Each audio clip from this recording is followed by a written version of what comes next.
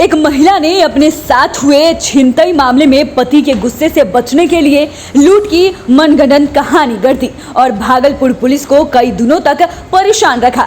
जब पुलिस ने खोजबीन की तो सारा मामला साफ हो गया। दरअसल महिला ने झूठी डकैती की कहानी रची थी और पुलिस को गलत सूचना दे रही थी, जिसके बाद पुलिस ने गुमराह करने और झूठी प्राथमिकी दर्ज करवाने के आरोप में महिला पर मुकदमा दर्ज करने की तैयारी कर रही है। बताते चले कि भागलपुर के बबरगंज थाना क्षेत्र के गंगटी मोहल्ले में विभीषण शाह के द्वारा 6 अप्रैल को डकैती की घटना को अंजाम देते हुए लाखों रुपए की लूट का मामला दर्ज कराया था। साथ ही घर की गृहिणी अंशु देवी ने कहा था कि डकैतों ने घर में रखे नगद रुपए और जेवरात लेकर फरार हो गए, लेकिन जांच के क्रम में यह घटना असत्य पाया गया।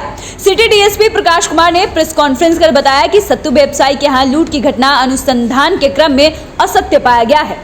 दिनांक 6/4/22 को वादिनी अंशु भारती पति विभीषण शाह साकिन अलीगंज थाना बब्बरगंज जिला भागलपुर का एक लिखित आवेदन दिए। उसी के आधार पर मुजाहिदपुर बब्बरगंज थाना कांड संख्या 110/22 दिनांक 7/4/22 धारा 392 IPC के तहत दर्ज की गई। इसमें यह है कि इसमें जो लिखित आवेदन दिया गया था उसमें कहा गया था कि 6/4/22 को ये महिला अकेले घर में थी और उसी दरमियान 1 बजे के आसपास इनके घर का दरवाज़ा कोई खटखटाया सत्तू खरीदने के लिए। ये एक्चुअली में सत्तू का कारोबार करती है। तो जब खटखटाने के समय दरवाज़ा खोलने के साथ ही दरवाजे पे ही 3 जो लड़के थे वो उसमें से एक लड़का इस पर कट्टा तान दिया और बोला कि अंदर चलो। जैसे ही अंदर गई उसमें से और 2 लड़के खड़े थे। उस दोनों में से एक ने क्या किया, एक बोतल एसिड निकाला और उसको बोला कि जल्दी से चाबी दो अलमारी का, नहीं तो तुमको हम जला देंगे। इसी पर यह महिला डर गई और डरने के पश्चात इसको चाबी दे दी और उन लड़कों ने अंदर जाके अलमीरा से रुपया निकाला और इसे गले से चेन छीना और दरवाज़ा खुला छोड़ के ये लोग भाग गए। कितना रुपया था? रुपया 3 लाख के बारे में ये बताया गया था आवेदन में। और इसके बाद इस घटना की सूचना पुलिस को लगभग 4:30 बजे जब इसके पति आए घर पर तभी ने बताया और फिर 4:30 बजे पुलिस को मिली। पुलिस इस पर कार्रवाई करना शुरू की। ये चीज़ जो मैंने बताया ये महिला के आवेदन में कही गई है, महिला का ये बयान था उस दिन। खुलासा क्या हुआ? खुला ये कही। उसके बाद फिर जैसे ही घटना की सूचना मिली हमारे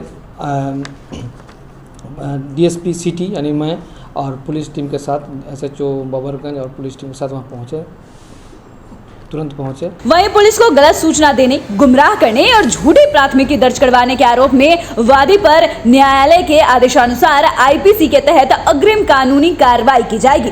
वहीं अनुसंधान के क्रम में पुलिस से पूछताछ के दौरान अंशु देवी ने बताया कि मैं तगादा के लिए कहलगांव जा रही थी, तभी मेरे गले के सोने के चैन रेलवे स्टेशन से किसी ने चुरा लिया।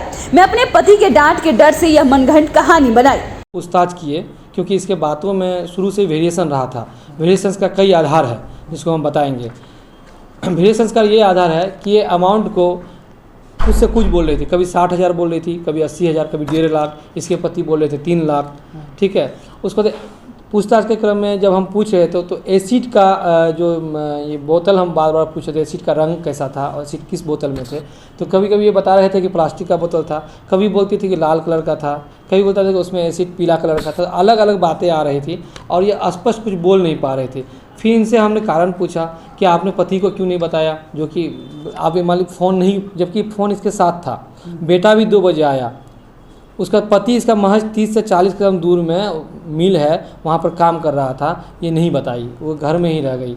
तो इससे शक होने लगा। जब इससे हम लोग गहराई से पूछताछ किए तो पता चला कि एक्चुअल में 6/4/22 को ही उसी दिन सुबह वो एकचारी जाने के लिए निकली थी। एकचारी में ओम प्रकाश पंडित है जिनसे उनको पैसा लेना था, जो व्यापार सत्तू बेचता है इनको, और उनसे पैसा तगादा करके लेना था। इन्हीं से तगादा करने के लिए वो एकचारी जा रही थी। जैसे ही ये स्टेशन पर पहुंची और प्लेटफॉर्म नंबर 3 पर ट्रेन पे चढ़ रही थी, एक पैर दिया था कि इसी दरमियान कोई इसका गला से सोने के चेन को छीन लिया। भीड़ रहने के कारण इसको पता नहीं चला, लेकिन जैसे छीना वो पलट के देखने के बाद लगा कि इसका देखी कि गला से चेन छीन लिया है।